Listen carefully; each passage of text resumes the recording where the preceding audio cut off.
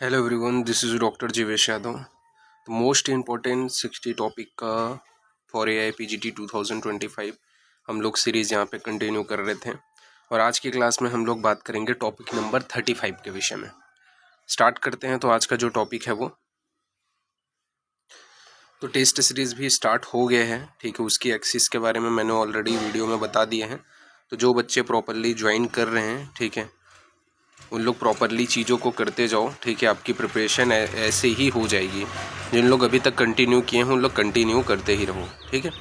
Now next अपन आगे बढ़ते हैं। तो जो इम्पोर्टेंट डेज़ हैं उनसे क्वेश्चन आते हैं, जो मेन डेज़ हैं उनसे क्वेश्चंस आपके अराइज होते हैं। तो पहला यहाँ पे अपन देख लेते हैं कौन से मेन डेज़ हैं। जैसे कि वर्ल्ड हेल्थ डे। तो वर्ल्ड हेल्थ डे कब मनाया जाता है? 7 अप्रैल को मनाया जाता है। तो याद रखना, वर्ल्ड हेल्थ डे कब मनाया जाता है? 7 अप्रैल को मनाया जाता है। डॉक्टर्स डे 1 जुलाई को मनाया जाता है। तो डॉक्टर्स डे कब मनाया जाता है? 1 जुलाई को मनाया जाता है। इसके अलावा फैमिली जो डे है वो 15 मई को मनाया जाता है। तो फैमिली डे कब मनाते हैं? 15 मई को मनाते हैं। इसके अलावा आपका हैनीमैन बर्थडे। तो हैनीमैन बर्थडे जो है वो आपका हैनीमैन बर्थडे 10 अप्रैल को मनाया जाता है। तो याद रखना, वर्ल्ड हेल्थ डे 7 अप्रैल, डॉक्टर्स डे 1 जुलाई, फैमिली डे 15 मई, हैनीमैन बर्थडे 10 अप्रैल, वर्ल्ड एड्स डे। तो वर्ल्ड एड्स डे जो है वो 1 दिसंबर को मनाया जाता है। तो वर्ल्ड एड्स डे जो है वो 1 दिसंबर को मनाया जाता है। फिर वर्ल्ड इन्वायरमेंट डे जो है वो 5 जून को मनाया जाता है। तो वर्ल्ड एनवायरमेंट डे जो है वो आपका 5 जून को मनाया जाता है। फिर वर्ल्ड वाटर डे जो है वो 22 मार्च को मनाया जाता है। तो वर्ल्ड वाटर डे जो है वो 22 मार्च को मनाया जाता है।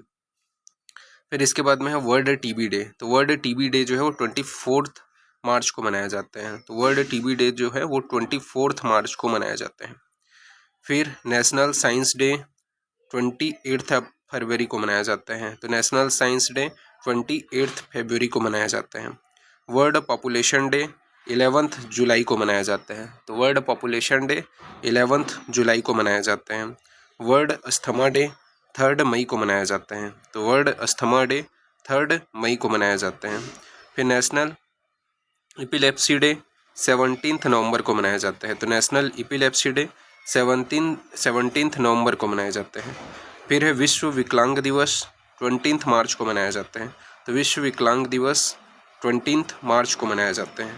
वर्ल्ड थैलीसीमिया डे 8 मई को मनाया जाता है। तो वर्ल्ड थैलीसीमिया डे 8 मई को मनाया जाता है। वर्ल्ड नर्सेज डे 12 मई को मनाया जाता है। तो वर्ल्ड नर्सेज डे 12 मई को मनाया जाता है। नेशनल लेप्रोसी एरेडिकेशन डे 13 जनवरी को मनाया जाता है। World no tobacco day. तो वर्ल्ड नो टेम्बेकू डे 31 मई को मनाया जाता है। फिर इम्यूनाइजेशन डे 16 मार्च को मनाया जाता है। तो इम्यूनाइजेशन डे 16 मार्च को मनाया जाता है। नेशनल कैंसर अवेयरनेस डे 7 नवंबर को मनाया जाता है। तो नेशनल कैंसर अवेयरनेस डे 7 नवंबर को मनाया जाता है। Pulse polio day. तो पल्स पोलियो डे 22 फरवरी को मनाया जाता है। तो पल्स पोलियो डे 22 फरवरी को मनाया जाता है। वर्ल्ड किडनी डे 9 मार्च को मनाया जाता है। तो वर्ल्ड किडनी डेज 9 मार्च को मनाया जाता है। वर्ल्ड फॉरेस्ट डे 21 मई को मनाया जाता है। तो वर्ल्ड फॉरेस्ट डे 21 मई को मनाया जाता है। वर्ल्ड विजुअल डे 15 अक्टूबर को मनाया जाता है। तो वर्ल्ड विजुअल डे 15 अक्टूबर को मनाया जाता है। वर्ल्ड एनेस्थीसिया डे 16 अक्टूबर को मनाया जाता है। तो वर्ल्ड एनेस्थीसिया डे 16 अक्टूबर को मनाया जाता है। वर्ल्ड फाइलेरिया डे 11 नवंबर को मनाया जाता है। तो वर्ल्ड फाइलेरिया डे 11 नवंबर को मनाया जाता है। रेड क्रॉस दिवस 8 मई को मनाया जाता है। रेड क्रॉस दिवस 8 मई को मनाया जाता है। नशा मुक्ति दिवस 2 जून को मनाया जाता है। नशा मुक्ति दिवस 2 जून को मनाया जाता है। इसके अलावा केंद्रीय आयुर्वेद एवं सिद्धा अनुसंधान परिषद के कुछ प्रमुख योग, जैसे कि आपका कौन से इंपॉर्टेंट योग है जिसको कौन से डिसीज में देते हैं, इससे आपका आ सकता है मैच द फॉलोइंग। जैसे कि आयुष 64 का प्रयोग कहाँ पे करते हैं? तो मलेरिया एवं श्लीपद नाशक बताया गया है। तो आयुष 64 को मलेरिया एवं श्लीपद नाशक बताया गया है। ठीक है, तो ये याद रखना कि मलेरिया एवं स्लीपद नाशक कौन सा है, आयुष 64। आयुष 55 कौन सा है, तो आयुष 55 जो है वो आपको हाइपोलिपिडेमिक व मेदोहर प्रभाव है। तो हाइपोलिपिडेमिक और मेदोहर प्रभाव किसका है, आयुष 55 का है। तो ये चीज़ याद रखना, आयुष 55 का हाइपोलिपिडेमिक एवं मेदोहर प्रभाव है। आयुष 82 का क्या है, मधुमेह नाशक है। तो आयुष 82 क्या है, आपका मधुमेह नाशक है। फिर आयुष्मान 8 जो है वो आपका मेधावर्धक है। तो आयुष्मान 8 जो है वो आपका मेधावर्धक है। तो याद रखना, आयुष 82 मधुमेह नाशक, आयुष 55 हाइपोलिपिडेमिक एवं व मेदोहर प्रभाव, आयुष 8 मेधावर्धक, आयुष 57 स्वित्रनाशक है। तो आयुष 57 क्या है, स्वित्रनाशक है। आयुष AC4 गर्भ निरोधक है। तो आयुष AC4 गर्भ निरोधक है। पिपल्यादि जो योग है वो भी आपका क्या है, गर्भ निरोधक है। तो पिपल्यादि योग गर्भ निरोधक है। पिपल्यादि योग में क्या क्या रहते हैं, तो पिपली, विडंग, टंकन का मिश्रण रहता है। तो पिपल्यादि योग में पिपली, विडंग व टंकन का मिश्रण रहता है। तो ये आपको ध्यान में रखना है।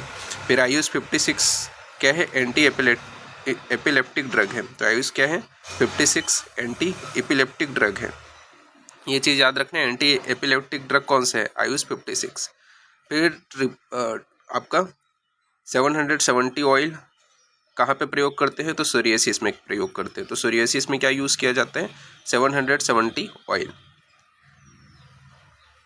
इसके अलावा नेक्स्ट अपन बात करते हैं पुष्कर गुगलू। तो पुष्कर गुगलू को कहाँ पे करते हैं, इस्केमिक हार्ट डिसीज में प्रयोग करते हैं। ठीक है, तो इस्केमिक हार्ट डिसीज में किसका प्रयोग किया जाता है, पुष्कर गुगलू का प्रयोग किया जाता है। बाल रस का कहाँ पे प्रयोग करते हैं, इम्यूनिटी के लिए प्रयोग किया जाता है। तो बाल रस का प्रयोग कहाँ पे करते हैं, इम्यूनिटी के लिए करते हैं। इसके अलावा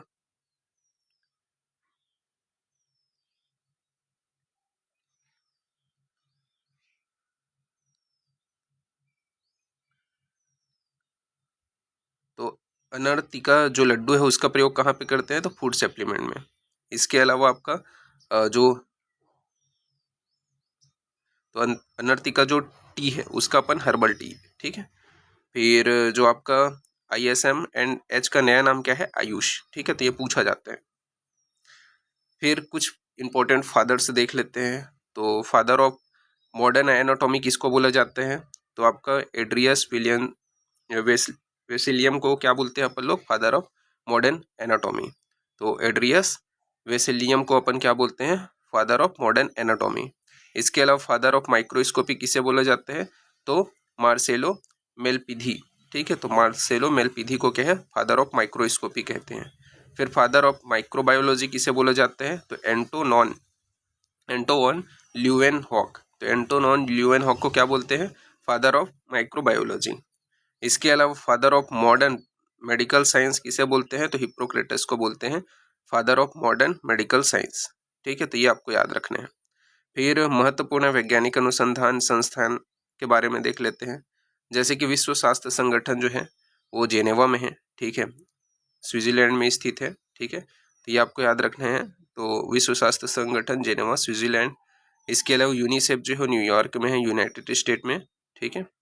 तो इनके लोकेशन से क्वेश्चन आता है, जैसे कि विश्व स्वास्थ्य संगठन कहाँ पे है, तो जेनेवा में है, ठीक है। तो ये आपको ध्यान में रखना है, स्विट्जरलैंड के जेनेवा में है। इसी प्रकार यूनिसेफ कहाँ पे है, तो यूनिसेफ जो है वो आपका यूनाइटेड स्टेट के न्यूयॉर्क में है। इसी प्रकार national institute of history of Indian medicine कहाँ स्थित है, तो हैदराबाद में स्थित है। तो national institute of history of Indian medicine कहाँ पे स्थित है, आपका हैदराबाद में स्थित है। नेशनल बायोलॉजिकल लेबोरेटरी कहाँ पे स्थित है, तो पालमपुर में ही स्थित है, ठीक है, हिमाचल प्रदेश में। तो हिमाचल प्रदेश के पालमपुर में क्या स्थित है, आपका नेशनल बायोलॉजिकल लेबोरेटरी। फिर इसके अंदर नेशनल एनवायरमेंट इंजीनियरिंग इंस्टीट्यूट कहाँ स्थित है, तो आपका महाराष्ट्र नागपुर में है, ठीक है। तो national environmental mental engineering institute कहाँ स्थित है, तो महाराष्ट्र नागपुर में है। फिर नेशनल मलेरिया इंस्टीट्यूट कहाँ पे है, तो नेशनल मलेरिया तो कहाँ पे स्थित है ये, तो नेशनल मलेरिया इंस्टीट्यूट ये नई दिल्ली में स्थित है।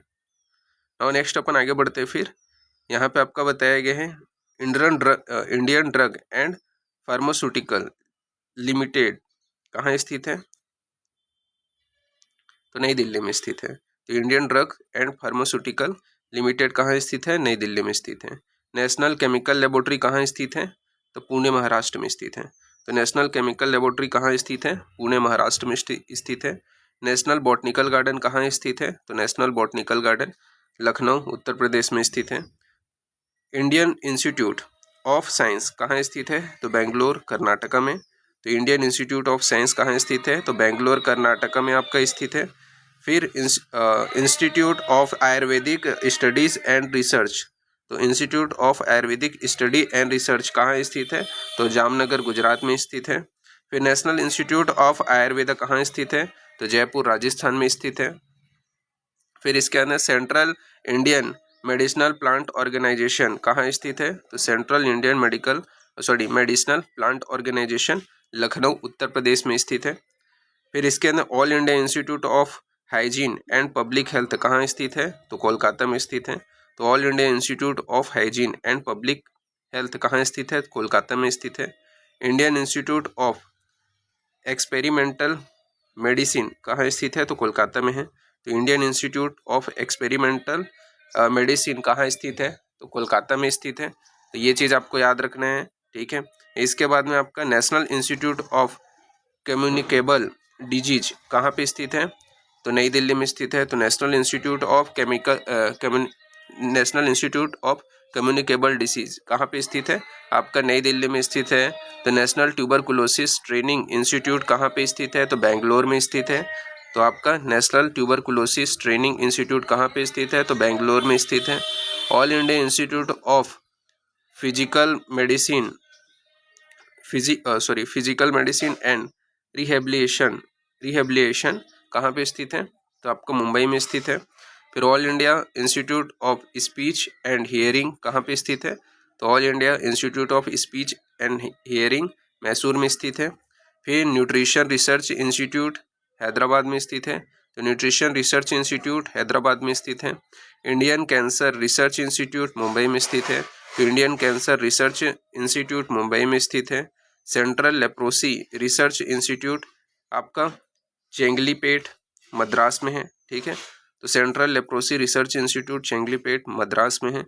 सेंट्रल फैमिली प्लानिंग इंस्टीट्यूट नई दिल्ली में है। तो सेंट्रल फैमिली प्लानिंग इंस्टीट्यूट कहाँ है, नई दिल्ली में है। Drug research institute Jammu and Kashmir में है। तो drug research institute Jammu and Kashmir में है। All India institute of mental health Bangalore में है। तो all India institute of mental health Bangalore में है।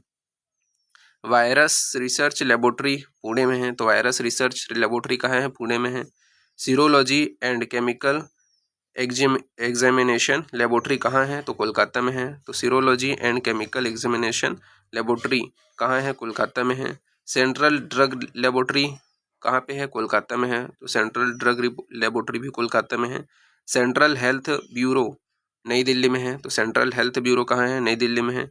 नेशनल इंस्टीट्यूट ऑफ होम्योपैथी कहाँ है, तो कोलकाता में है। तो national institute of homeopathy Kolkata में है। नेशनल इंस्टीट्यूट ऑफ नेचुरोपैथी कहाँ है, तो पुणे में है। तो national institute of naturopathy Pune में है। राष्ट्रीय आयुर्वेद विद्यापीठ नई दिल्ली में स्थित है। इसके अलावा Morarji Desai national institute of yoga कहाँ स्थित है, तो नई दिल्ली में है। तो Morarji Desai national institute of yoga नई दिल्ली में है।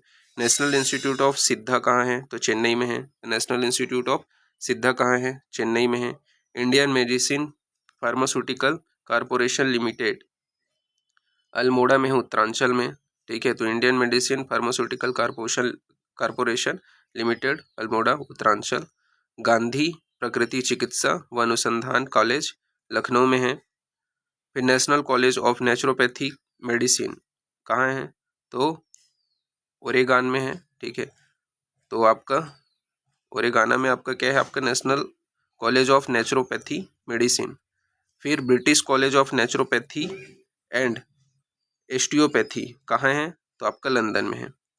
फिर इसके अंदर वैक्सीन फॉर्मेशन सेंटर के बारे में देख लेते हैं। तो सेंट्रल रिसर्च इंस्टीट्यूट कसौली में है, ठीक है। तो सेंट्रल रिसर्च इंस्टीट्यूट कसौली में है।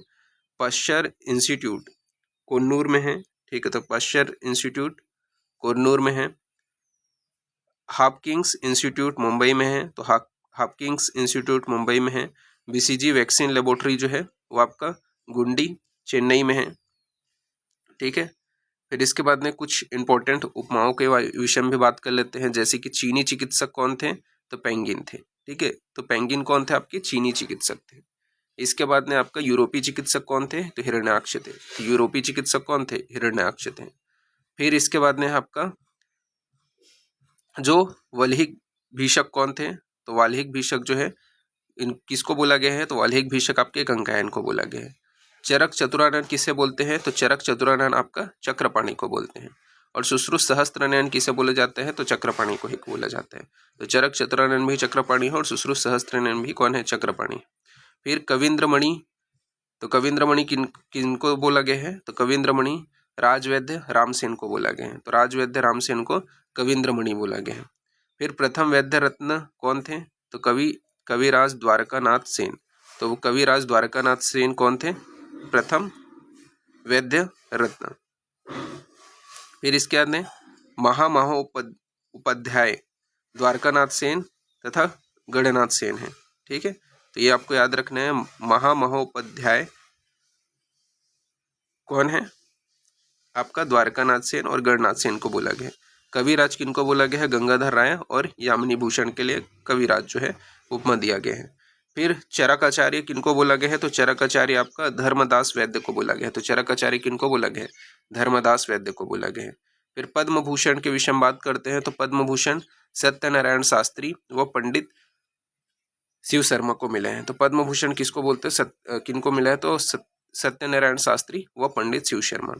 फिर पद्मश्री, तो के एन उड्डुप, इसके अलावा बृहस्पति देव, त्रिगुणा, आशुतोष मजूमदार, बालेंदु प्रकाश, डॉक्टर पीके वरियर और वैद्य सुरेश चतुर्वेदी, इनको क्या है, पद्मश्री मिले हैं।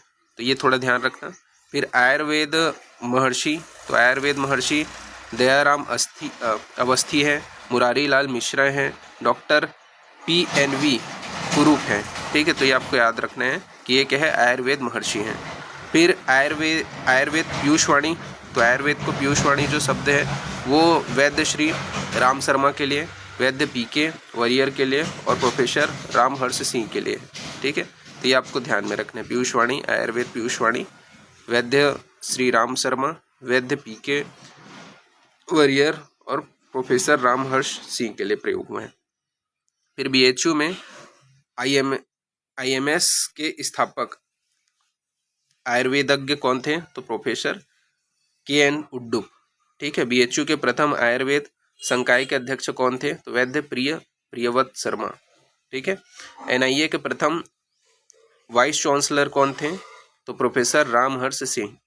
वर्तमान में राजस्थान आयुर्वेद विश्वविद्यालय के वाइस चांसलर कौन है,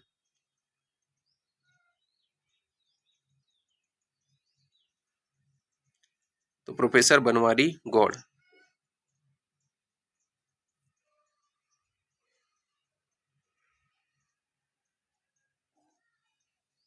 ये थोड़ा सुधार लेना, ये थोड़ा गलती से मिस्टेक हो गए हैं वर्तमान वाले, ठीक है। बाकी आपका सही है, ठीक है। नाउ नेक्स्ट अपन आगे बढ़ते हैं। फिर अब थोड़ा सा देख लेते हैं कौन से अब स्कीम से तो नहीं, आपके जो क्वेश्चन आएंगे कौन से ये वाले आपको याद रखने हैं, ठीक है। देख लेते हैं अब यहाँ पे क्या बोलेगा स्कीम में।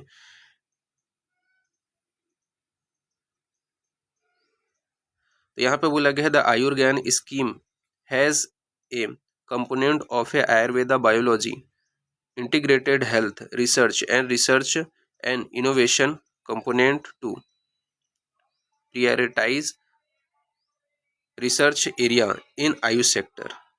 इसके लिए आपका बताया गया है आयुष स्वास्थ्य scheme has public health component PHI with focus on a research in public health sector। इसके अलावा integrative health research with ICMR stabilise of AYUSH ICMR advance centre for integrative research at all AIIMS across the country. तो यहाँ पे आपके AIIMS से related कुछ question आ सकते हैं। कौन से जो एम्स हैं, ठीक है, उनको इस रिसर्च के लिए जो है सेलेक्ट किया गया है।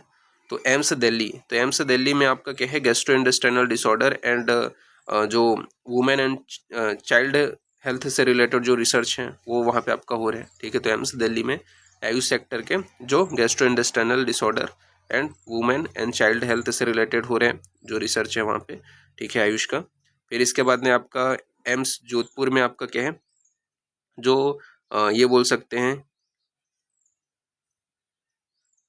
जो आपका गैस्ट्रिक जो हेल्थ है, ठीक है, उससे रिलेटेड जो रिसर्च है वहाँ पे हो रहे हैं। एम्स नागपुर में कैंसर केयर से रिलेटेड जो है आपका रिसर्च हो रहा है, ठीक है। मतलब ये सेलेक्ट किस किस के लिए किए हैं वो आपको याद रखना है। इसका मैच द फॉलोइंग में आ सकते हैं। एम्स ऋषिकेश जो है वो भी आपका क्या है, गैस्ट्रिक हेल्थ के लिए है, ठीक है। तो ये आपके जो एम्स हैं, टोटल आपके 4 एम्स हैं, तो ये आपको ध्यान में रखना है कौन से के लिए हैं। 4 मार्च 2024 को इनको जो है क्या बोलना चाहिए, सेलेक्ट किया गया, ठीक है। और नेक्स्ट अपन आगे बढ़ते हैं। फिर कौन से जो पद्मश्री है, ठीक है, ये पद्म भूषण जो मिला है वो भी आपको रिसेंट ईयर में याद रखना है। जैसे कि डॉक्टर दयाल, तो Shri doctor Dayal Mauji Bhai Parmar for a beginning conferred with a Padmashri award, one of the highest civilian award of India for his contribution in the field of medicine, ठीक है। तो ये आपको याद रखना है, 2024 में इनको अवार्ड मिले हैं, ठीक है। पूछा जा सकता है 2024 में किनको पद्मश्री अवार्ड मिले हैं, ठीक है। तो इनको पद्मश्री अवार्ड मिले हैं डॉक्टर दयाल मौजी भाई परमान को, ठीक है। तो ये आपको ध्यान में रखना है। इसके बाद में और किनको मिला है 2024 में, तो यहाँ पे बताया गया है Ayurveda practitioner Shri Manohar Krishna Dhol 94 year for beginning award Padmashri, ठीक है। तो ये चीज़ भी याद रखना, इनको भी मिला था। तो इसमें सीधा क्वेश्चन पूछा जाएगा 2024 में किनको किनको पद्मश्री मिला था, तो नाम इनका याद रखना, ठीक है। His ट्रांसफॉर्मेड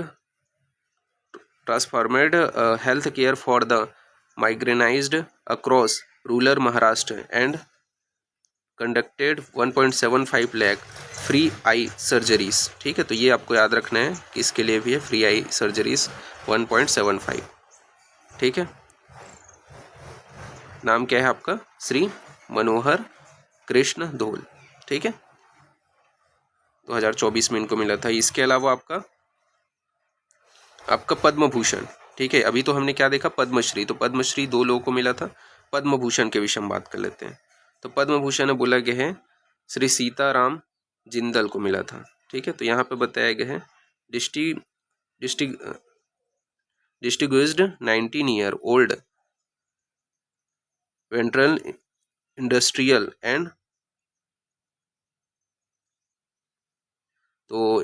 and philanthropist for a beginning award Padma Bhushan for his exemplary effort in promoting naturopathy through the Jindal nature care institute in Bangalore, ठीक है। तो यहाँ पे नेचुरोपैथी से रिलेटेड जो है इनको ये बोल सकते हैं जो पद्म भूषण है वो मिला है, ठीक है। किसको, सीताराम जिंदल को। तो ये आपको ध्यान में रखना है, ठीक है। फिर नेक्स्ट अपन आगे बढ़ते हैं।